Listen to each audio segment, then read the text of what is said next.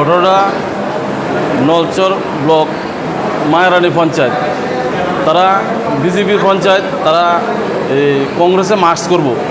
বিজেপির একটা বাইক বাহিনী একটা টিম আছে, এই টিমটা আছে না অতিরিক্তভাবে আছে না, তাই না যাওয়ার পরে তাইনের উপরে অতিরিক্তভাবে রড ইট দিয়ে সেটা তাইনের উপরে আক্রমণ করা আরম্ভ হয়েছে।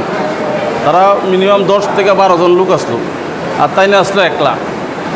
আর যারা কংগ্রেসে জয়েন করব তারা কইছিল আর কি যাওয়ার লিগে, তারা গেছে তারার উপরে আক্রমণ।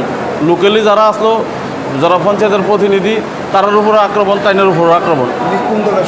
তাইনে কংগ্রেস দলের সমর্থিত, তাইনে নলছরের লিডিং দেয়। তারা 9 জন, তারা কংগ্রেসে আছে না, টোটাল পুরো পঞ্চায়েতে তারা কংগ্রেসে মার্চ করবো। তারা 12 থেকে 14 জন আসলো। তারা রড দিয়ে, এরপরে দিয়ে ইট দিয়ে, কিছু কিছু মানুষে আবার বোতল দিয়ে। কি বলবেন বিরোধীদের উপরে বারবার আক্রমণ, বিরোধীদের উপরে বারবারই আক্রমণ, বারবার বাইক বাহিনী প্রতিনিয়ত সাধারণ মানুষের উপরে প্রতিনিয়ত আক্রমণ বারবার। কি নাম ওনার? তাই নাম হচ্ছে পরিমল দেবনাথ। বয়স কত? বয়স 52। বাড়ি? বাড়ি পশ্চিম নলচর। কি দায়িত্বে আছেন উনি? তাই না সিপাহীজলা ডিস্ট্রিক্টের সহ সভাপতি।